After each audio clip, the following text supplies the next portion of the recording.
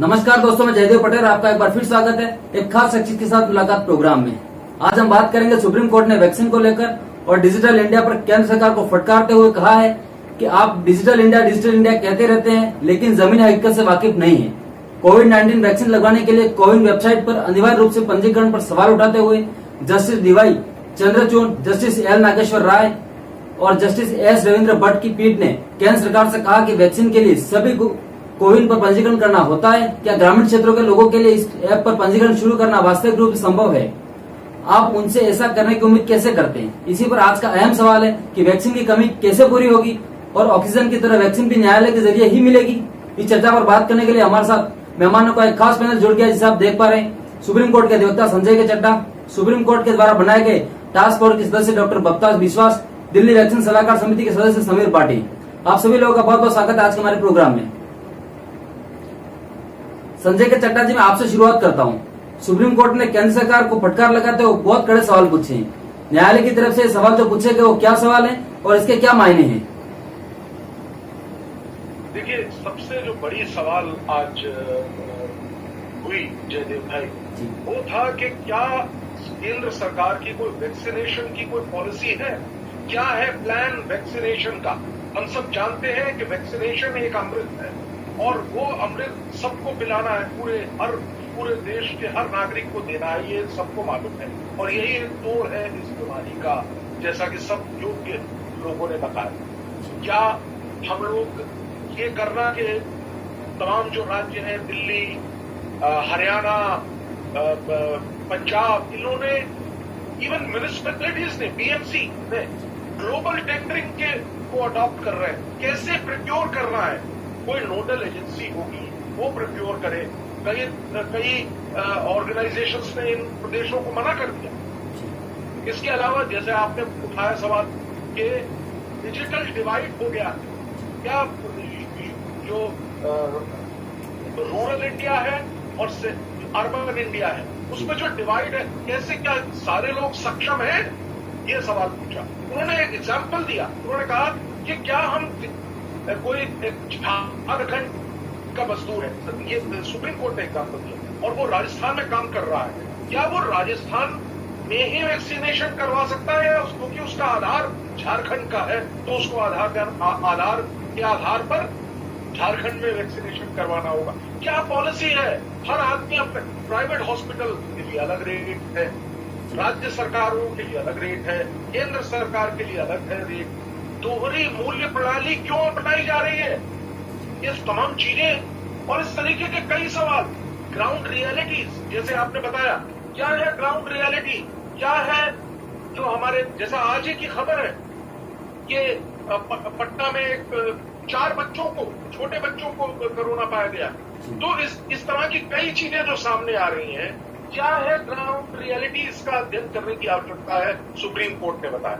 और मैं एक बात यहाँ पे और बताना चाहूंगा, उससे अपनी बात को समाप्त करूंगा कि तुषार मेहता जी ने, जो कि हमारे सॉलिसिटर जनरल, उन्होंने कहा कि ये एक एडमिनिस्ट्रेटिव मामला है, हम इसमें कार्य कर रहे हैं। सुप्रीम कोर्ट ने बहुत तल्खी अंदाज में कहा कि बिल्कुल सही बात है, आप काम कर रहे हैं, हम उसमें इंटरफेरेंस भी नहीं कर रहे हैं, लेकिन हमारा अधिकार है जानने का कि आप क्या काम कर रहे हैं, क्या पॉलिसी है, क्या national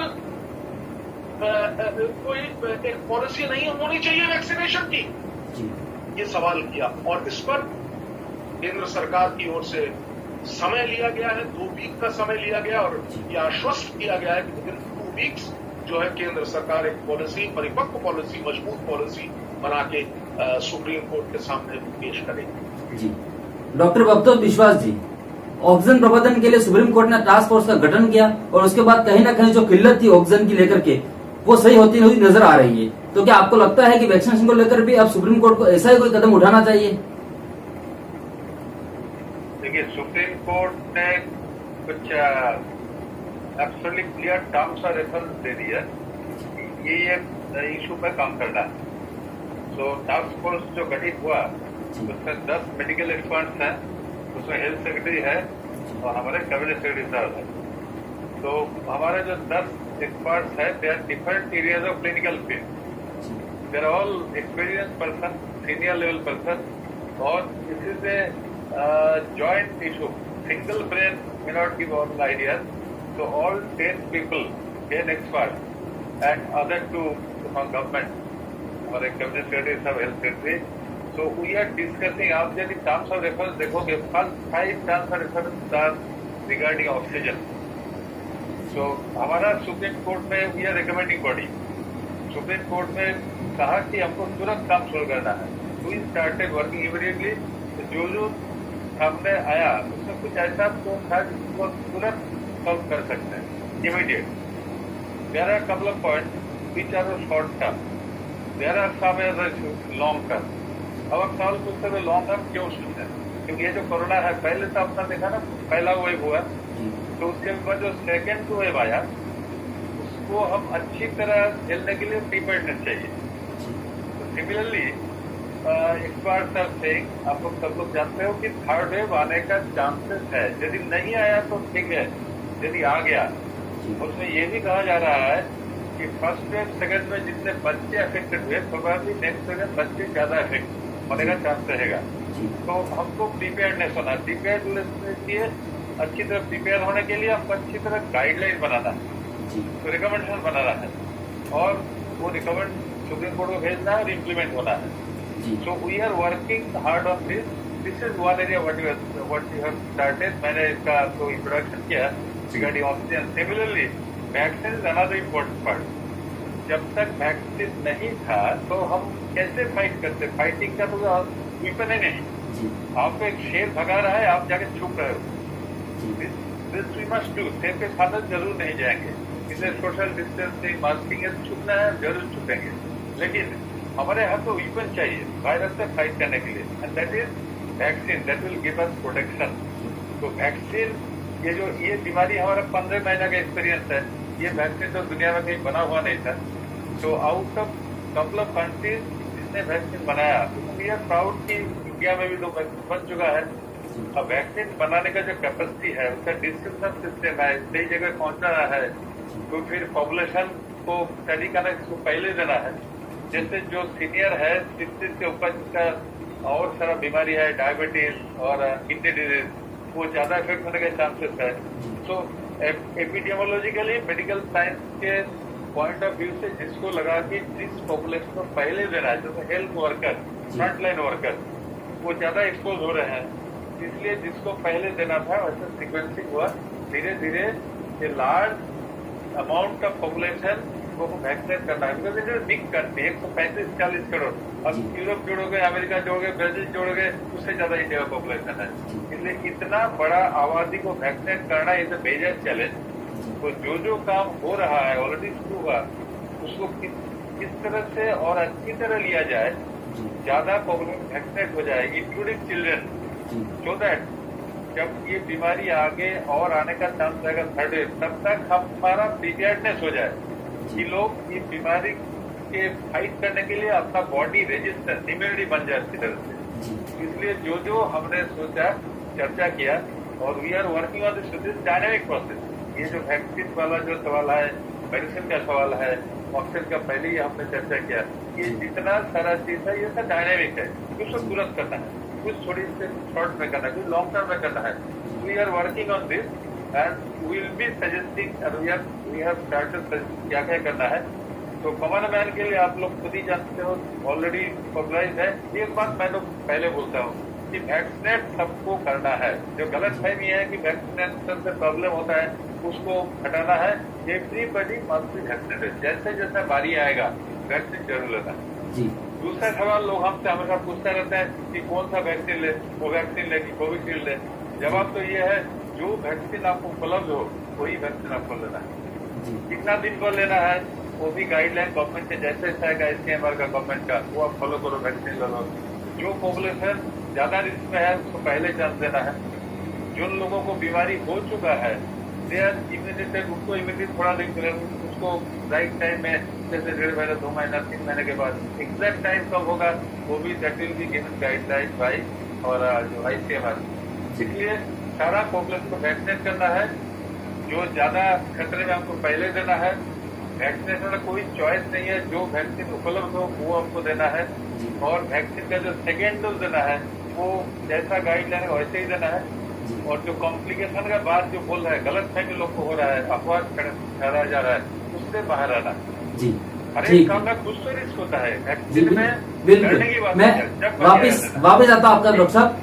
Sameer Patil ji, supreme court के द्वारा वैक्सीनेशन को लेकर बार बार कड़ी फटकार लगाई जा रही है। ऐसे में आपसे मेरा सीधा सवाल है कि इस कमी को कैसे जल्द से जल्द पूरा किया जाएगा और इसके लिए वैक्सीनेशन एडवाइजरी कमेटी ने क्या अहम कदम उठाए हैं? देखिए, बिल्कुल जिस तरह से हमारा जो वैक्सीनेशन ड्राइव शुरू हुआ था आपका जनवरी 16 से, उसके लिए फिर एक एसओपीज बिल्कुल वेल डिफाइंड थी कि सबसे पहले हेल्थ केयर वर्कर को लगना है, फिर एल्डरली लोगों को लगना है, फिर 45 कोमॉर्बिड को, उसके बाद 45 को। उसके बाद क्या हुआ कि जैसे अप्रैल में हमने देखा कि अप्रैल के अंदर जो सेकेंड वेव आई, जिसका कि बिल्कुल हम कह रहे थे कि अनएक्सपेक्टेड, मतलब 10 दिन में ही नंबर इतने ज्यादा बढ़ गए। उस टाइम वैक्सीनेशन ड्राइव जो थी वो काफी इफेक्ट हुई। और उसके बाद एक चीज और अनाउंस हुई कि जो एक सेंट्रलाइज पॉलिसी थी वो भी डिसेंट्रलाइज हो गई। उसमें कुछ नई पॉलिसीज अमेंडमेंट हुए, जिसमें आया कि आपको जो टोटल वैक्सीन होगा उसमें से 50% पार्ट आपका सेंटर के पास होगा और 50% पार्ट में से 25% जो पार्ट है वो आपकी जो प्राइवेट हॉस्पिटल्स हैं, प्राइवेट एजेंसीज है, वो डायरेक्ट प्रोक्योर करेगी और जो 25% है वो बाकी स्टेट गवर्नमेंट प्रोक्योर करेगी। तो जो स्टेट गवर्नमेंट ने प्रोक्योर करना था 25% वो कुछ हुआ है, बट जो प्राइवेट सेक्टर्स को प्रोक्योर करना था वो अभी काफी हद तक मिस है, क्योंकि उसमें बहुत सारी चीजें क्या हुआ कि जो वैक्सीनेशन सेंटर्स थे, अब इसको समझने की कोशिश करना है कि जो प्राइवेट वाले जितने भी हॉस्पिटल्स थे वो सब कोविड सेंटर्स में कन्वर्ट हो गए। गवर्नमेंट के भी कुछ बड़े सेंटर्स थे वो कोविड सेंटर में कन्वर्ट हो गए। जिस तरह से उसके बाद जैसे जैसे आपका जो है ये कम होना शुरू हुआ, इन्फेक्शन रेट, पॉजिटिविटी रेट, लोगों ने जैसे अप्रोच करना शुरू किया, तो वैक्सीनेशन साइड से सारी चीज हो गई। तो इसको तो बिल्कुल भी हम अंडरस्टैंड कर रहे हैं कि एसओपीज वेल डिफाइंड नहीं है और एसओपीज रोज चेंज हो रही है और एसओपीज भी डायनामिक होनी जरूरी है, क्योंकि अभी हमने देखा है कि इसमें बहुत सारी नई नई तरह की गाइडलाइंस आ रही है, मतलब यूनिवर्सली गाइडलाइंस इसके अंदर चेंज हो रही है। जैसे कि अभी बात की जो पैनलिस्ट ने भी बताया कि इसमें हम देख रहे हैं कि अभी हमारी जो कोविशील्ड वैक्सीन है जो सबसे ज्यादा लगी है, कि अगर मैं बात करूं कि हमारी जो 22 करोड़ के करीब जो वैक्सीनेशन हो चुका है उसमें मैक्सिमम कोविशील्ड है। कोविशील्ड के लिए जो गाइडलाइंस आई है कि उसमें जो अब आपका डोज का जो गैप है वो बढ़ गया है। हाँ, उसके बढ़ने के पीछे भी साइंटिफिक रीजन है, क्योंकि वो खुद हमने देखा काफी ग्रुप्स के अंदर इस तरह की स्टडी हुई है जिसके अंदर पाया गया है कि आप अगर वो डोज का गैप बढ़ाते हैं तो डेफिनेटली आपकी एंटीबॉडीज इंक्रीज होती है और वैक्सीन की एफिकेसी बढ़ती है। तो वो बात बिल्कुल करेक्ट है कि ठीक है। दूसरा भी एसओपीज में फिर अमेंडमेंट हुआ है जिसमें आया है कि जिनको जो नेचुरली इन्फेक्ट हो गए हैं उनके लिए जो सेकेंड डोज ऑफ वैक्सीन है उसके लिए गैप बढ़ा दिया गया। वो भी बिल्कुल ठीक है, क्योंकि वो भी हमने देखा है जो नेचुरल इम्यूनिटी है वो रहती है काफी लोगों की।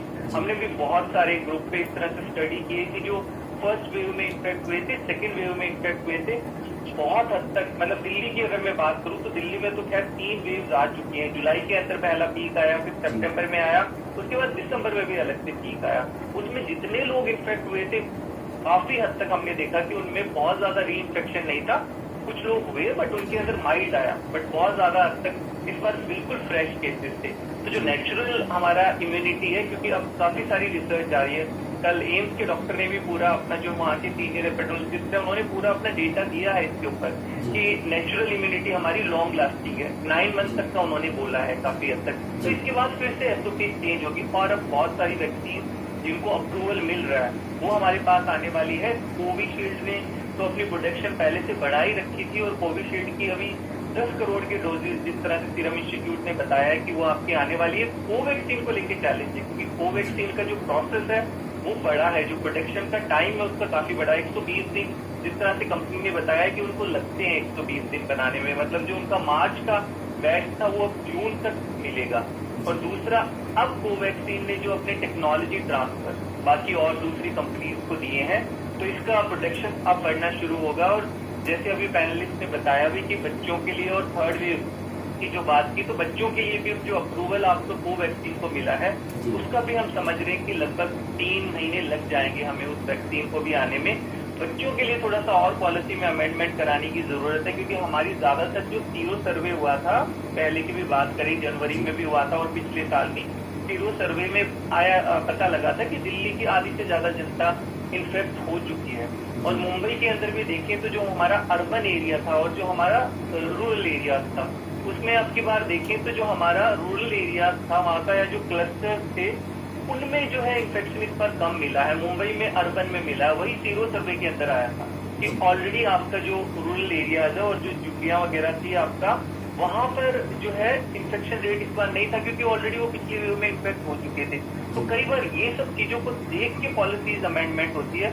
बच्चों में सीरो सर्वे किया जा सकता है क्योंकि बच्चे हमारा भी प्रायोरिटी है थर्ड ग्रुप के लिए, बट बच्चों में भी जिस तरह से माना जा रहा है कि काफी ज्यादा उनमें भी अराउंड 50-60% तक इन्फेक्ट होकर रिकवर हो चुके हैं क्योंकि बच्चे या तो माइल्ड सिम्टोमेटिक होते हैं या